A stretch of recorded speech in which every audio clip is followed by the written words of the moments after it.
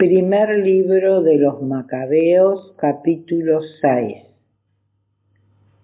Mientras tanto, el rey Antíoco recorría las provincias de la Meseta. Allí se enteró de que en Persia había una ciudad llamada Elimaeda, célebre por sus riquezas, su plata y su oro. Ella tenía un templo muy rico, donde se guardaban armaduras de oro, corazas y armas dejadas allí por Alejandro, hijo de Filipo y rey de Macedonia, el primero que reinó sobre los griegos. Antíoco se dirigió a esa ciudad para apoderarse de ella y saquearla, pero no lo consiguió porque los habitantes de la ciudad, al conocer sus planes, le opusieron resistencia. Él tuvo que huir y se retiró de allí muy amargado para volver a Babilonia. Cuando todavía estaba en Persia, le anunciaron que la expedición contra el país de Judá había fracasado. Le comunicaron que Lisias había ido al frente de un poderoso ejército, pero había tenido que retroceder ante los judíos y que éstos habían acrecentado su poder, gracias a las armas y al cuantioso botín tomado a los ejércitos vencidos. Además, habían destruido la abominación que él había erigido sobre el altar de Jerusalén y habían rodeado el santuario de altas murallas, como antes, haciendo lo mismo con Bexur, que era una de las ciudades del rey. Al oír tales noticias, el rey quedó consternado, presa de una violenta agitación, y cayó en cama enfermo de tristeza, porque las cosas no le habían salido como él deseaba. Así pasó muchos días sin poder librarse de su melancolía hasta que sintió que se iba a morir. Entonces hizo venir a todos sus amigos y les dijo: «No puedo conciliar el sueño y me siento desfallecer. Yo me pregunto cómo he llegado al estado de aflicción y de amargura en que ahora me encuentro, yo que era generoso y amado mientras ejercía el poder. Pero ahora caigo en la cuenta de los males que causé en Jerusalén, cuando robé los objetos de plata y oro que había allí y mandé exterminar sin motivo a los habitantes de Judá. Reconozco que por eso me suceden todos estos males y muero de pesadumbre en tierra extranjera». Luego llamó a Filipo, uno de sus amigos, y lo puso al frente de todo su reino. Le entregó su diadema, su manto y su anillo, encargándole que dirigiera a su hijo Antíoco y lo educara para que fuera rey. El rey Antíoco murió en aquel lugar el año 149. Cuando Lisias se enteró de la muerte del rey, puso en el trono a su hijo Antíoco, que él había educado desde niño, dándole el sobrenombre de Eupator.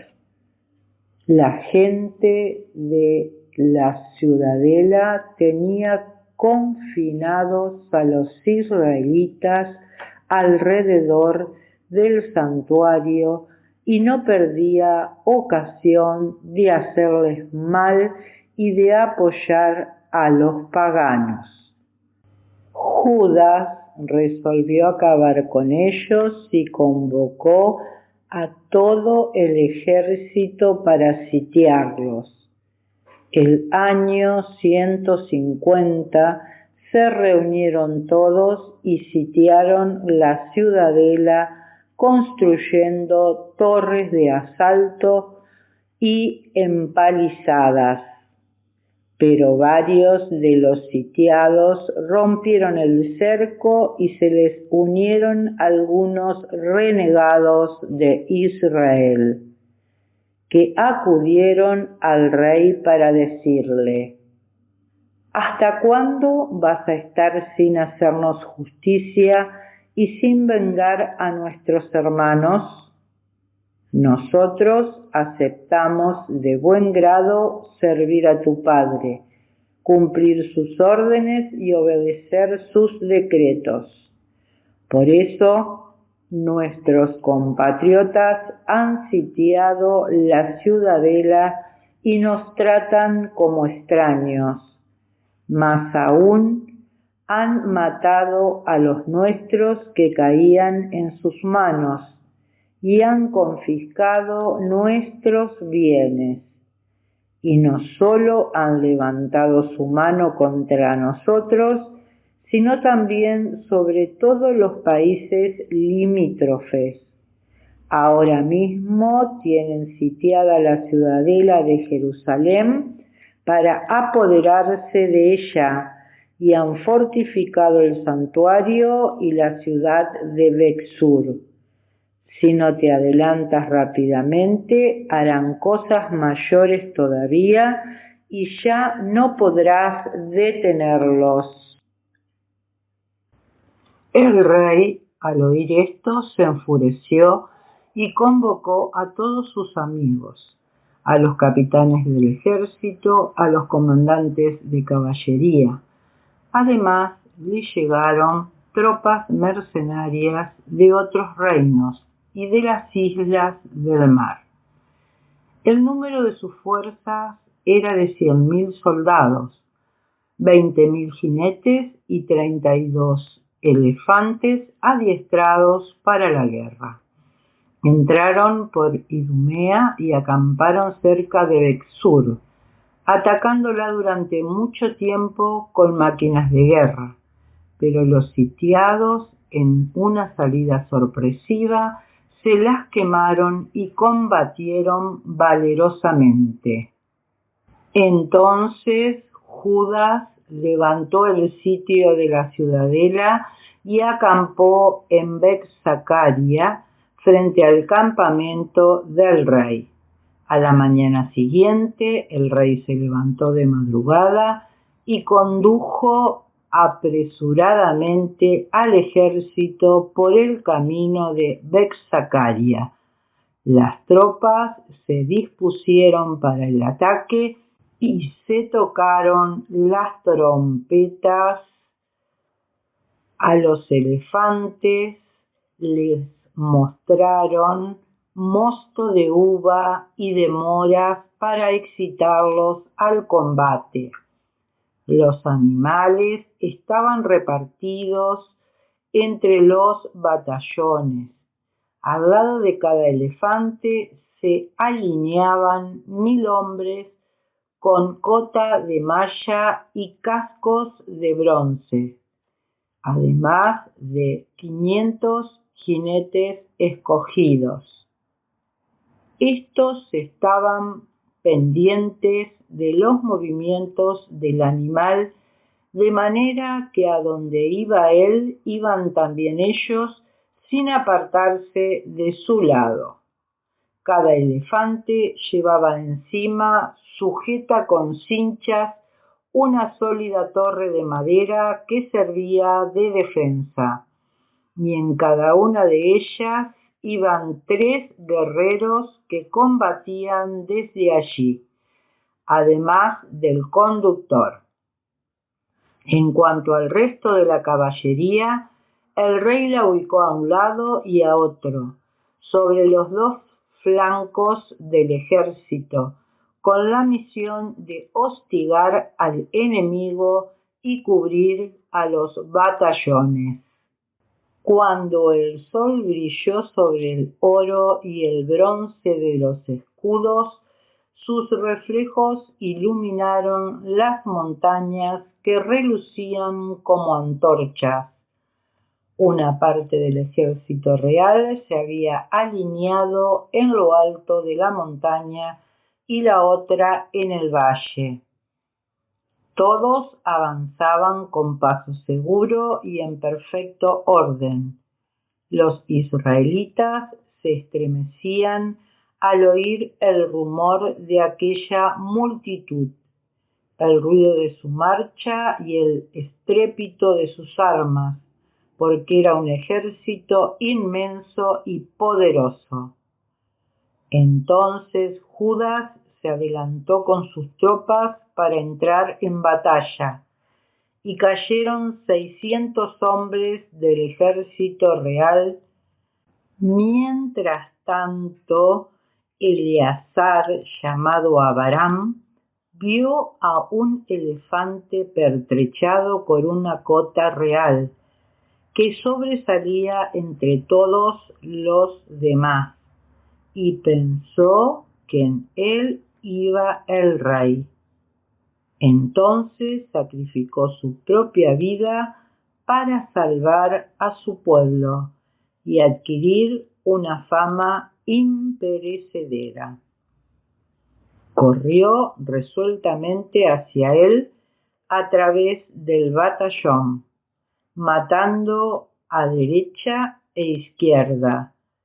Así se abrió paso a un lado y a otro, y se deslizó por debajo del elefante, clavándole su espada.